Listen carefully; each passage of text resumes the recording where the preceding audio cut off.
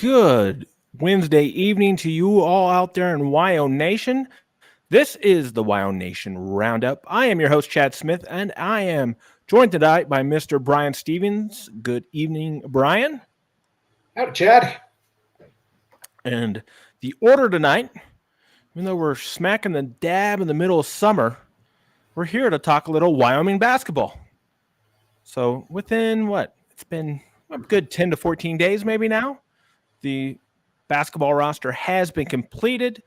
New head coach Sundance Wicks has completed the roster, and we're now at 13 scholarship players. So we thought this would be a good time before we really start drilling into football, because July is just around the corner.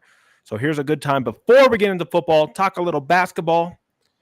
And so welcome on in, everybody. You can watch us here on X/Twitter, whatever you want to call it. But the best way to interact with us is to head on over to the YouTube channel. So it's youtube.com/@WyoNation. And there is a chat function where you can interact with us live there on the chat. You can ask questions. We get to put up your comments. It's the best way to watch this stream. X is good too. I'll monitor our notifications, that is, if there's any questions, any comments out there. But we'll see. And you know what? This post, we just went live and we got a like from a certain head coach who may coach a team who wears brown and gold. So if you're watching Sundance, welcome on in. Hopefully we don't say anything too ridiculous about the players you brought in. But yeah, so I'll be monitoring Twitter. I'll be monitoring the stream, and we're just going to break this down. Let's throw up the roster, Bryan, in case people have forgotten who we're dealing with. I hope they haven't forgotten. It hasn't been that long. I know. It was a whirlwind there for a minute, though. We had guys that transferred out, and then we had guys come in, and then Coach Linder decided to take the Texas Tech job, and we had a bunch of guys jump back in the portal. Coach Wicks came in and filled this out pretty quick and got some really quality players in not a lot of time. It was really impressive. Yeah, you really had no choice. All right, let's see here. It always takes a minute because it makes you know that you're very careful, that people will see your screen if you hit this button. And I'm like, yes, I'm well aware. All right, here we go. So we're all zoomed in. We will do this in alphabetical order. I've got some notes. I'm sure Bryan's very knowledgeable as well. First one is Obi Agbim out of Fort Lewis, the school in Colorado. And So if the school sounds familiar to you guys, this is where we got a Quail Cott. Exactly. That came in last year too. And he was, I think we can all agree, pretty phenomenal. Like he shut down a couple of games for us, got those game-winning shots against CSU, and I think Nevada was the other one. Really reliable shooter, pretty good ball handler, and we plucked him from Fort Lewis last year, and it was a really good move. So I'm sure Coach Wicks and the rest of the staff are hoping that Agnew is going to give us the same kind of energy. He was a guy that had committed to Linder before he took off, entered back into the portal, and the new coaching staff was able to get him to come back. So I think that was a really good move. I'm pretty excited to see him back on the roster. Here we go. And I just found they got a new setup here for screen sharing there. So a little bigger here for us. Be next to that. But yeah, I was going to say, obviously, Agbim did commit under Linder, decommitted, had to be re-recruited by Sundance Wicks. He is in the fold. Some of my notes on him, just looking at his highlights from Fort Lewis, is he can shoot and penetrate. So he can kind of do both. He seems pretty athletic, and he seems like a pretty good ball handler. His stats last year, 15.5 points a game, 4 rebounds, and 2.9 assists. And you mentioned Cotton. That's my big question is, can he have as big of an impact as Cott, who came in here last year, hit big shots, but averaged 14 points a game? Yeah, so Agbem, it looks like, for a guard, he's shooting 44%, which is phenomenal for a guard. I usually see those kind of numbers coming from people that play a little more inside. So that's pretty decent. 35.5% three-point shooter, doing really well. The thing that I think we missed last year that he's going to bring is he's an 84% free throw shooter. There were a lot of games last year that could have ended up the other way if we would have made the freebies. And it's nice to see we've got a guy that's coming in that's pretty focused on those. Yeah, I forgot to look at that on some of these guys. Obviously, Wyoming really struggled from the free throw line at times last year, and it did. You're right. It did cost them games, in my opinion. So Agbem's a guy to really. I don't know. We'll see what he can do. He's athletic enough. Like anything, it's going to be, can he come in and play defense at this level, which I don't think is a huge question mark because that's more of an effort thing. Usually. And I don't think we're going to be lacking effort this year for sure. 100%. So I know that I saw that Brady Hull at the, I forget what the radio station is, but he's in Greeley. He just did an interview with Coach Wicks that's going up tomorrow. He said he was ready to run through a wall. And that's just kind of the effect he seems to have on people. Mm-hmm. Yeah, so he's doing that. And then now that you mentioned that interview, I saw that he was slated to actually be doing an interview in Green Bay, which I found pretty odd and interesting. So he's going to go back there and be on their airwaves on the radio, breaking down what he's done too. So that just shows you what type of guy he is, and then that they wanted him back to talk to him. Yeah, that I think it really goes to show what kind of person Coach Wicks is. And that this decision wasn't easy, and he's sorry that he had to leave Green Bay, but he's happy where he's at, and it's pretty cool to see a coach going back to their former school to give an interview after they've left. Mm-hmm. All right, next up alphabetically here, and this is a very interesting one. Dante Allen, 6'6", 210, a guard, also a senior, via Western Kentucky, via the University of Kentucky. I have a lot to say about this guy, but I'll just say this might be one of the most decorated high school players to ever play for the University of Wyoming. Yeah, a lot of offers coming out of school. Obviously signed with Calipari and the Kentucky Wildcats. Didn't catch on there, which is, it happens. You're on a team full of superstars. Sometimes there's just not enough minutes to go around. Spent the last few years at Western Kentucky. I think he had another stop in there somewhere. I'm not finding where off the top of my head, but played really well at Western Kentucky. He was 21 minutes a game, 40% shooter, 40% from three last year, which is great. And another guy that's pretty good free throw shooter. So only 8.2 points per game. Looks like there were some limited minutes, but this guy's got a really high ceiling. Yeah. And the reason that I say he's one of the most highly decorated players to come to Wyoming ever is because in high school, he was Mr. Basketball in the state of Kentucky, which is a big deal, of course. Yeah, not an easy thing to do. Yeah, I got a lot of stats here on this guy. Found just basketball analytics is really interesting, and the way they break down shot locations and types of shots and setups of passes and stuff. Here were his strengths last year at Western Kentucky. He was a 60% shooter in catch and shoot. So that is his number one strength, is he can catch the ball and fire off a shot. Now, if you look at this guy's highlights, his shot is very interesting. It is so smooth, and it's slow.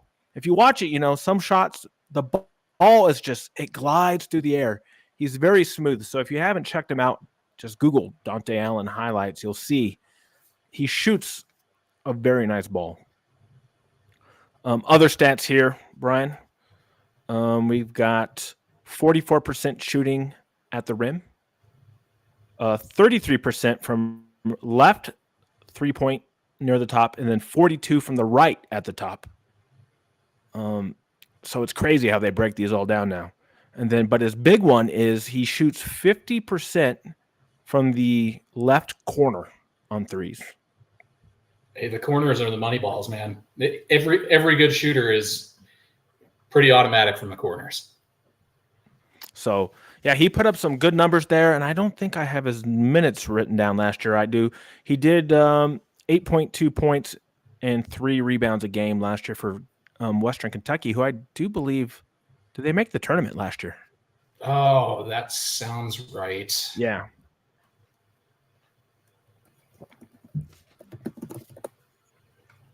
I'm pretty sure they did. Yeah. Yep, and he's from Falmouth, Kentucky. So, yeah, really excited to see how he fits in with this Wyoming basketball team. Excited to see him here. He's obviously got talent. We'll see. Oh, I guess you're right. I think it is 15 minutes a game. My notes between players are running over. You're good, man. Okay, so we'll see, and then we'll talk about more later. I know on the message boards, Brian's been hypothesizing starting lineups, so maybe we'll get to that in the end, like who's in the mix to really start. Next one is another guy who originally committed to Coach Linder. I don't think he decommitted at any point. No, he stuck around. He stuck around, and that is Matija Belic, a 6'7", 205 forward, a junior from Belgrade, Serbia, via the University of California, Santa Barbara. So calling him a forward, if you watch his game, is a little misleading. He's a small forward. He's a wing player. He's going to play outside more often than not. True, 100%. I did look at his limited minutes, so he averaged 15 minutes a game last year. 3.9 points, 2.4 rebounds, shot 44% from the field for UCSB. And they actually did play 2 Mountain West teams last year. He had a somewhat decent game and then a very bad game. Fresno State, he played them, 23 minutes, 8 points. And then New Mexico later in the season, 21 minutes, 0 points.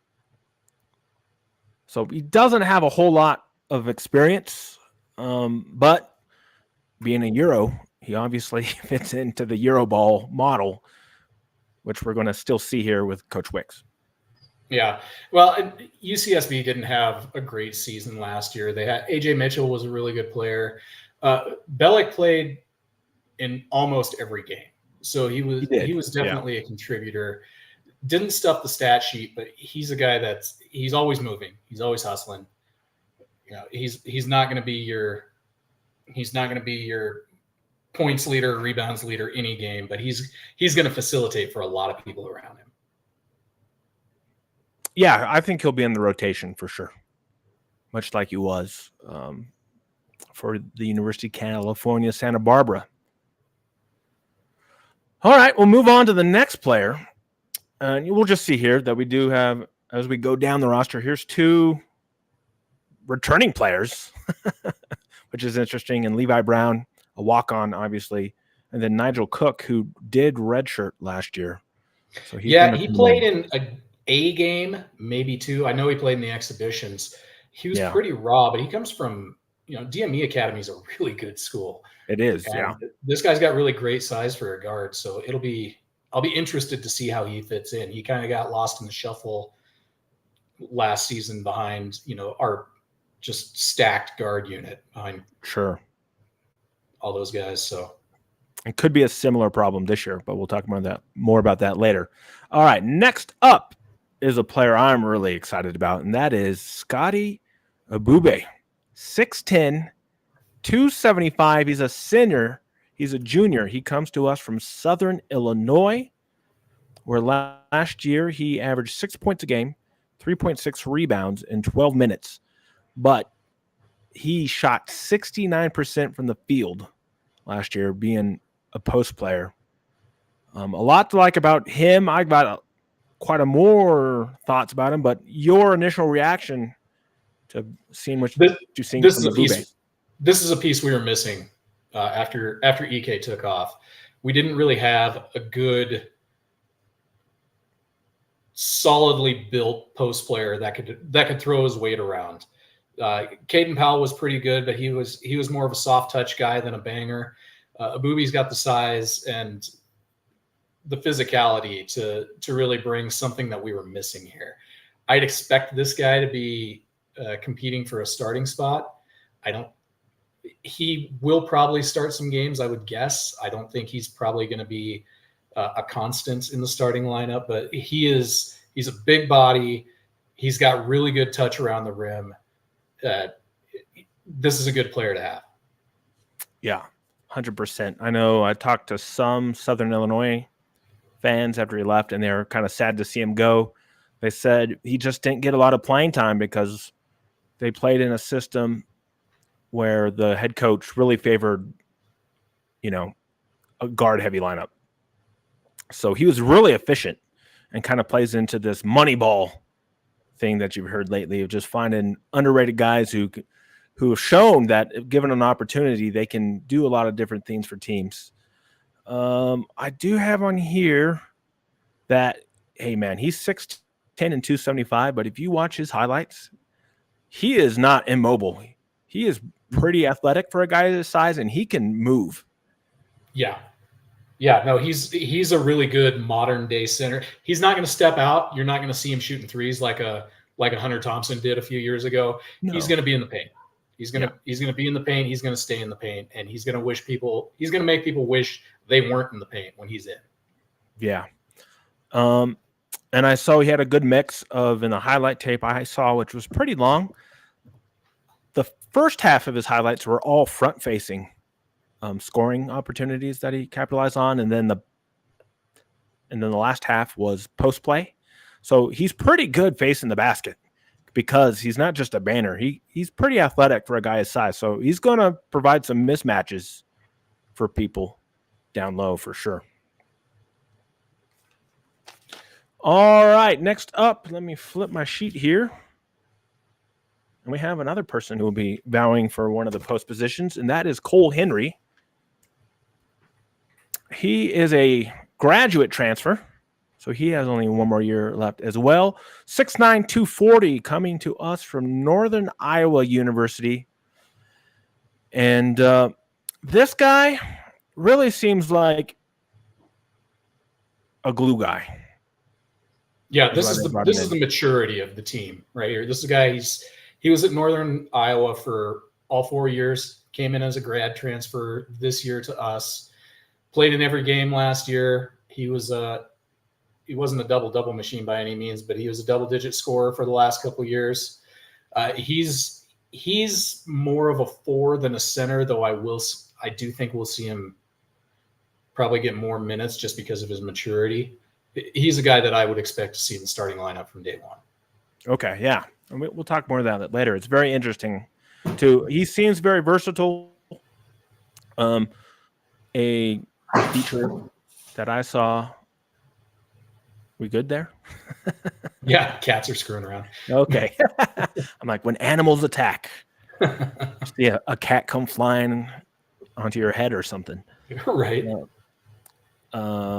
He was actually a high school quarterback, and he points that out to allowing him in basketball to be a good passer. And you see some of his highlights. I mean, for a guy his size, he is a really good passer. And I think maybe that's why he kind of fits into our system a little better. And that's why he may start. He's versatile. He's good in the pick and roll. He's mobile. And he actually, in high school, kind of played point forward and did a little of that for Northern Iowa. He can bring the ball up the court at 6'9", 240. So having ball handlers at multiple positions just to divide that up, it's good, right, to give guys a break, but also it adds to that unpredictable nature. If they don't know who's bringing the ball up, that really kind of messes with teams' defenses. Yeah, and it just keeps going back to that maturity level of who this guy is. He's another one. He's not going to take the game over for you, but his basketball IQ is super high. He's got really good court awareness. He's got really good not just court awareness of what the other team is doing. If you watch his tape, he's really good at switches, really good at communicating on defense, and he is more likely to look for an open passing lane than an open shot, which is not a bad thing to have as a forward. Sometimes you get those guys that are, they're going to suck up the ball every time you pass it to him. This is not one of those guys. 100%. So there's Cole Henry. All right, next up on the roster here is one of the few returning players that actually played last year, and Oleg Kyonets. Koyanets last year, he was kind of a situational player, but there were a few games where you saw what he could do. He's a tall guy. He's not a big guy. He's more of he's not going to be the banger that Abubi is, but he is going to provide some height inside. He's got good timing on his shot blocking, and he's got a really typical Euro style shot when he gets inside. He's got a good Euro step. He's got a good fade away. He's got a good jump hook. I think we'll see quite a bit of him this year. He was kind of spotty last year, but I think it was more the system than it was the player. Yeah. So if you see right here in a row, we got 3 guys who are going to be competing to play at that 5 spot for sure, even though only one of them is a traditional 5, but you understand these days how college basketball is operated. All right, next up, another transfer comes to us from St. Louis University. He redshirted last year, actually didn't play at all. Took me a while to find some stuff on this guy, but I was able to dig it up. Abu Magasa, 6'7", 215. He's a redshirt freshman. What we see here, he comes to us from France, where he played in the professional league there in the under-20 league. And for the under-20 league, I'm trying to see if this is the right stats. I think it is. I think he averaged, no, I don't have any points. Oh, no, 11 and 5. There it is. Sorry. He averaged 11 points and 5 rebounds a game playing in the under-20 professional league in France. And he is your typical, I guess, European forward. He's a stretch 4. That's what he's going to be. And he looks like he's a pretty good passer, can shoot the 3. So once you see him, he's going to be more in the mold of the stretch 4 that you see from the Euros. Yeah, these are good players to have, especially if we run the system that everybody wants to see us run, where it's, getting the ball down the floor, running the other team to the ground, since we're at 72-20. These are the kind of guys you want. He's not going to be a big guy rumbling down the court like an Abubi or a Caden Powell. He's going to be nimble. He's going to be quick, and he's going to be able to move the ball around quite a bit. I don't know that we'll see a ton of him this year as a redshirt freshman. He'll see minutes. He'll see minutes for sure. But this is a guy that we can get excited about for the long term. Yeah, and I think especially early, we'll see early in the season, I think it's going to be fascinating, like it was last year, with so many new players, just to see how all the pieces fit and to see how Coach Wicks sees this is going to work, because there's going to be a lot of opportunity there. And it's going to be up to the players to earn that playing time and to impress the coach's staff to play, because it's pretty much a clean slate for everybody. Yeah. All right, next up, another person that I'm pretty excited about, and that is Jordan Nesbitt, also a senior, 6'6", 210, comes to us, and get this, with the old COVID and the transfer rules, this is Wyoming. It's actually going to be his 4th school. He comes to us from Hampton via St. Louis, via the University of Memphis. Yeah, and we forgot to mention Obi Agman has basically done the same thing. He went from D3 to D2. He was at Metro State. Then he was at Fort Lewis, and now he's at Wyoming. Obi's a guy that ground his way up there. Jordan's a guy that had a little bit of a different path. Ran into a little bit of controversy with his some things that he said on the court when he was it was with Memphis or St. Louis. I'm pretty sure it was Memphis. Yeah. I know there are some people that are worried about that, but as I said on the board, there's a guy named Leonard Washington that we had a few years ago that had some issues with the way he was playing and got a little bit of heat for things that he had done on the floor, and he turned out pretty well for us. Mm-hmm. So Nesbitt is a small forward who is a slasher. That's how I would describe him. And he can also handle the ball. He did that quite a bit for Hampton, kind of as like a point forward type of thing. So another guy can handle the ball. He's a slasher. He's a versatile player. Let's see, 10 points per game last season, 4.9 rebounds and 4.3 assists. But the year before at Hampton, he averaged 14.9 points as a junior. So of all the guys that's coming in, he's one of the few guys who has actually scored in double figures on a regular basis. Yeah, and he's another one that if you look at the prior year, he had 6.3 rebounds and 3.3 assists a game too. This guy's got a ton of talent. Mm-hmm. Just an absolute, just a crazy amount of talent for this dude. If he can put it together on the floor, he's going to be really scary. Yeah, and that's why he started out at Memphis, right? They don't just recruit anybody down there. So, yeah, I'm really excited about him, and I would imagine he's one of the few players I think is almost a surefire starter. I would agree with that. But we'll see. He'll have to earn it still. All right, next one, another guy I'm very excited about. But I guess we can mention right here, we got two guys returning. Obviously, Kobe Newton comes back as a senior. He was very Newton's a guy to get excited about too. Yeah. He had that staph infection in his foot last year. He was first guy off the bench a lot of the time. He's a 3-and-D guy. Really good defensive player, great shooter. He's going to be a big piece of the puzzle. It's a shame that his season got cut short last year because he was playing really well. Yeah. We'll see. And then another walk-on in Court Robinson, who is a fan favorite. Court's the man. And it's so nice to hear everybody cheer when he gets in the game and the bench goes crazy when he makes a shot. And I will say that, he was one of the hard hat. No, it was him and Grigsby and the guys at the end of the bench. I forget what they called themselves. Yeah. That kind of went away when the bench boys or something like that. What's that? Like the bench boys or something like that. Yeah, but that kind of went away when Sundance went up to Green Bay. So I would expect we'll see that coming back, and the bring your own juice mentality and really firing each other up and supporting each other when you're not on the floor. I think we'll see a lot more of that this year. Mm-hmm. All right, and then we have someone I didn't dig into much. Javon Starwood is one of the few high school players that stayed on board. He is the high school player that stayed on board. Yeah, I think you're right. Yeah, the only one. He comes to us from Oswego, Illinois, and I didn't really dig much into him. What can you tell us about Starwood?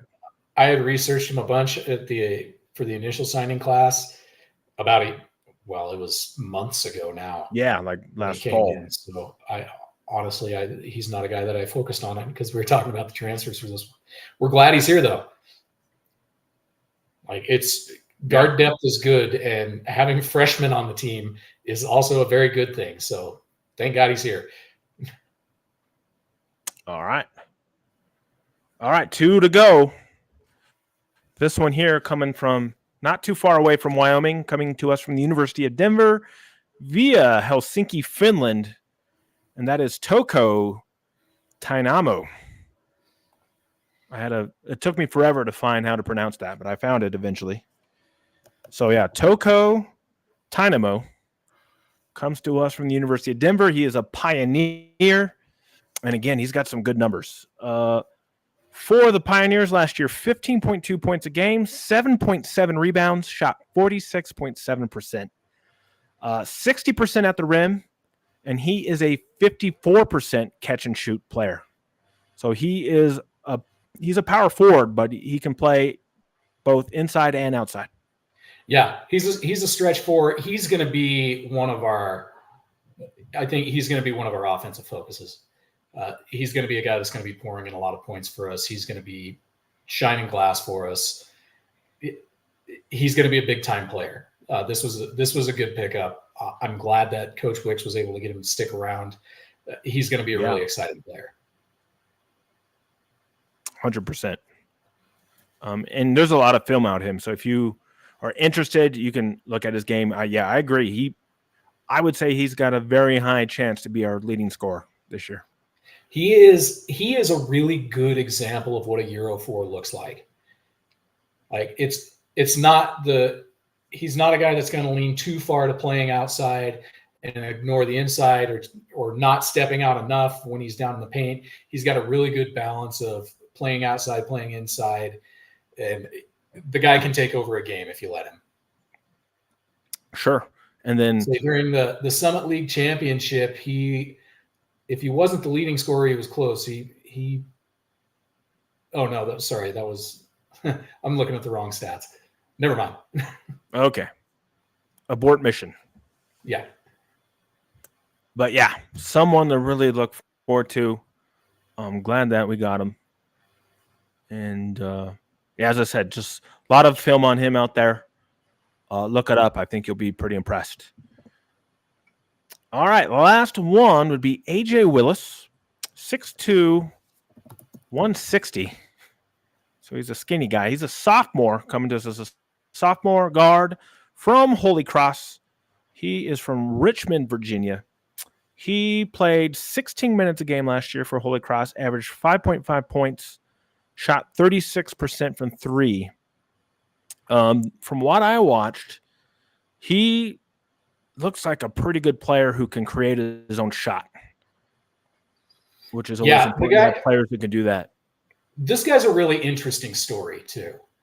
All right. Because he's not just a basketball player. He was in Shooting Stars. He was with that's the movie based on LeBron James's high school career. He played he played one of the teammates. He was Willie McGee in that. He also starred in the Apple TV series Swagger, which I'm pretty sure was based off of Kevin Durant's AAU ball. I don't have Apple TV Plus. I haven't seen it, but it's really interesting to see where he's coming from. And it's neat to see that a guy that they're casting in these basketball movies is a D1 caliber player.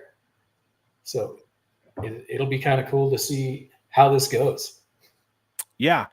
And from just looking at how he plays and his size, I guess my big question on this team is I'm kind of worried about point guard, and he seems to be about the closest thing we have to a pure point guard.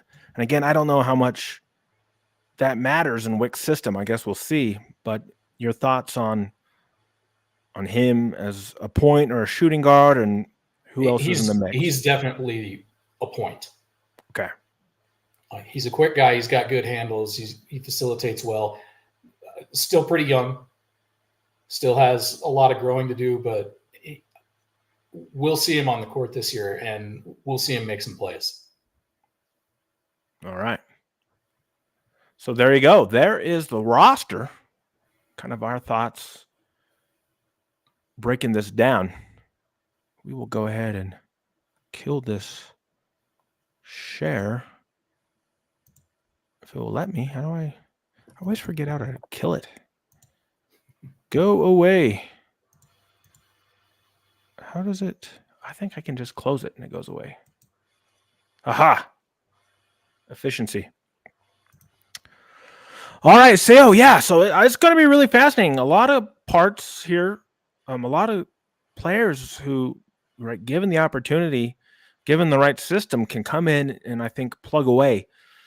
What's fascinating to me is a lot of these guys were backups on their teams, and now they're going to be given the chance to step up and get more minutes because it's going to be needed, right? Yeah. So I don't know how it's going to play out. We'll see who steps up, who impresses the coaches. We'll see how flexible they are, right? And I think you're going to see that more from what Wicks is talking about, kind of a sum of all parts type of thing. With Linder, I think he kind of liked to have like two of the same type of things, right? To just do this plug and play. But with Wicks, I think you're going to kind of see more of you might see a lot of different starting lineups because we're going to use players to go against the weaknesses of other teams. And that may not be a consistent starting five every night. Yeah, and you heard from players at Green Bay and from Wicks himself when he was at Green Bay. His coaching style is focus on the other team's weakness. So shut down what's going to work for them and let their weaknesses be what beats you. So much like when we played Air Force last year, and I forget the guy who it was, but he went off and had like 7 threes. The guy had only made 7 threes in his entire career up to that point. That's the kind of coaching style we're going to see. You're not gonna let Rydas Petratus, whip you like he has everybody else. We're going to make somebody else beat us and really take other teams out of their game. To do that, you got to have kind of a deep bench, and I think we're going to see that this year because, honestly, this is probably going to shape up to be a tough year. Yeah. We were about 500 last year. I'd expect us to be about 500 this year. What I will say is I think it's going to be a heck of a lot more fun to watch, and I think the players are going to be a lot more engaged this season, especially these guys coming in that maybe this is the most playing time that they're going to see, and they're going to be hungry. And that's something that we need. Yeah. Yeah, as I said, these guys are a lot of coming in bit roles, and they're going to have a chance to be, big contributors. And so, yeah, it's just going to be fascinating. I do see that we do have a comment from Coach Wicks. It says, "Get after it, fellas. Love to see this. #HTBag." Thanks for watching, Coach. We appreciate you. We're really excited.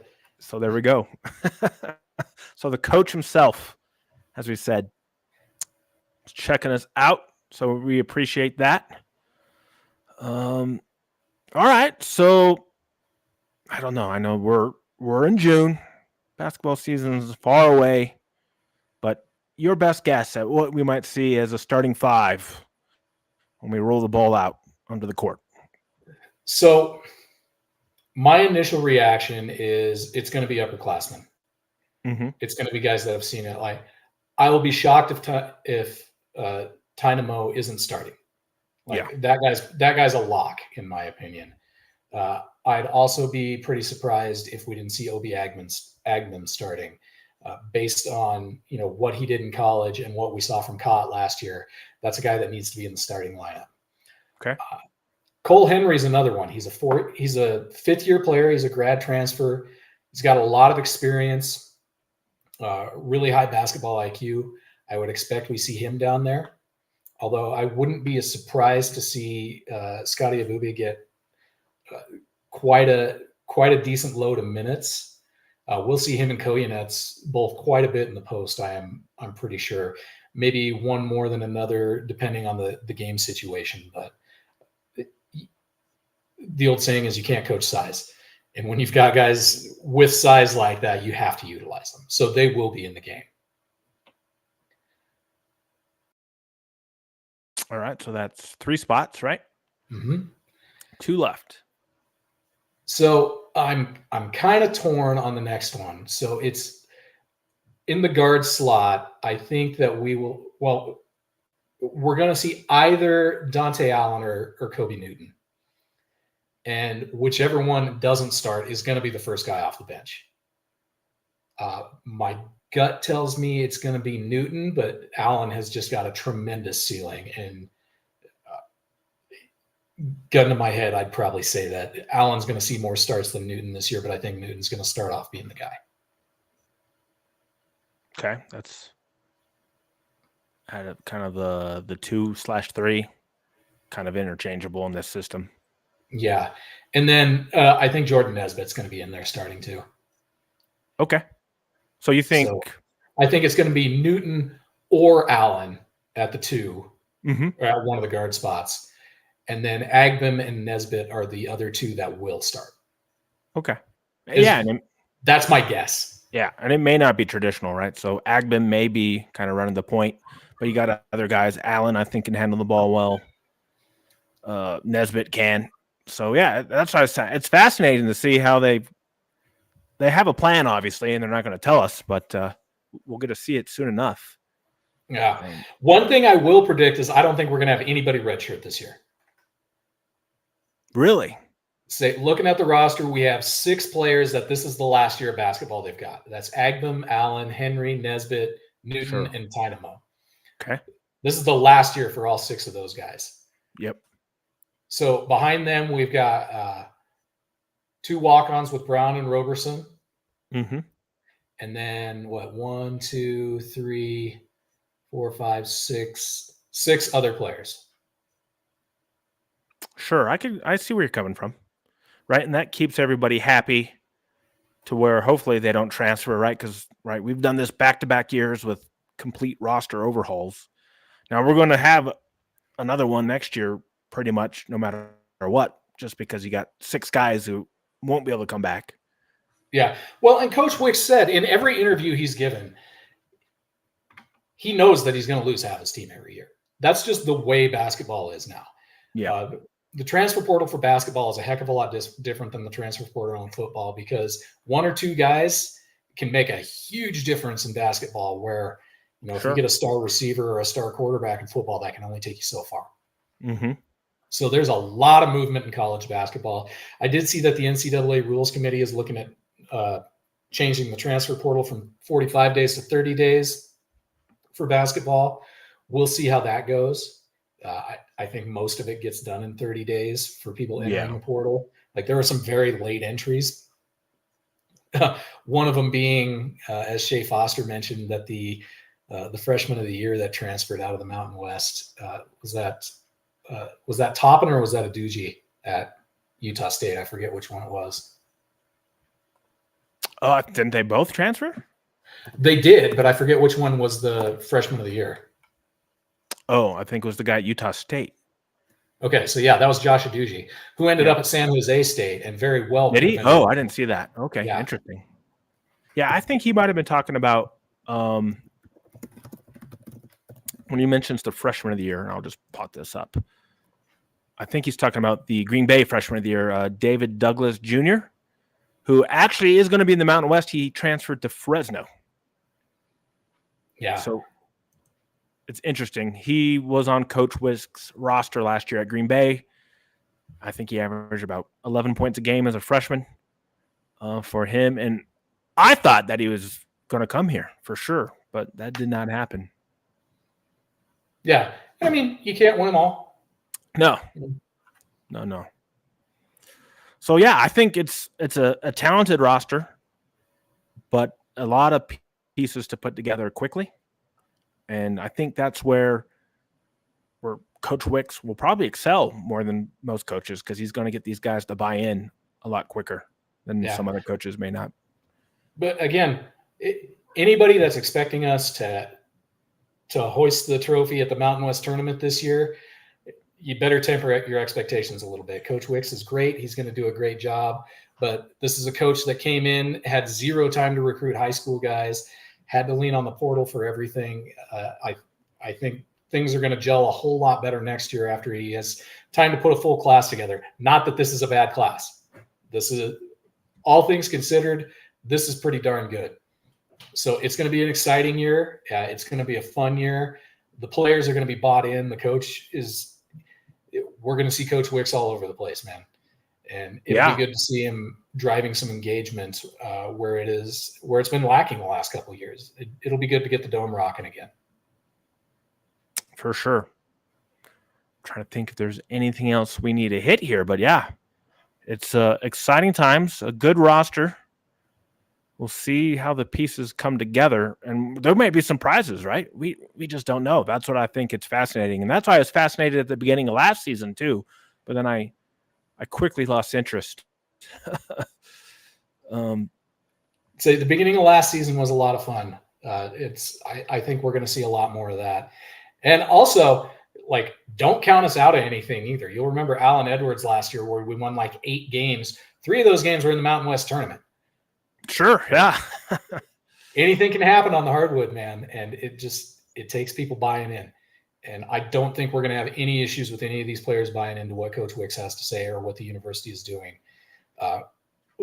We just need to be there to support. And I'm I'm sure that will come along as the success builds and as the energy around the program builds. For sure.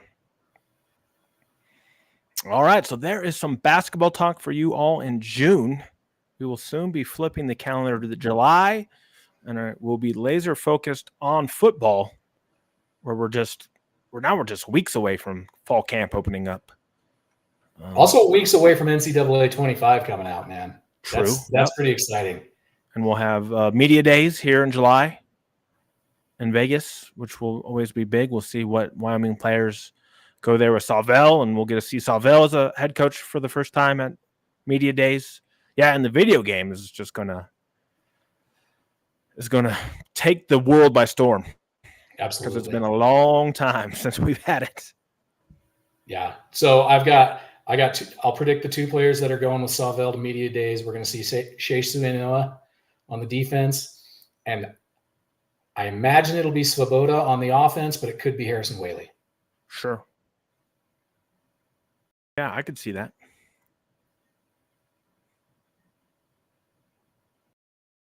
On offense, for sure, it'll be one of those 2 guys. Defense, yeah, I don't know. It's so balanced. Shea may be the guy. Maybe a defensive lineman. I don't know. Yeah, it could be Bert. Yeah. Bert Ignoli. We'll see. Yeah. But it will be good. Either way, football is going to be fun this year, too. It's a great year to be a Wyoming fan. Yeah, and we'll have a lot to say. We're lining up some guests. We'll be doing some previews. It's going to be good, especially as all the lists are coming out now.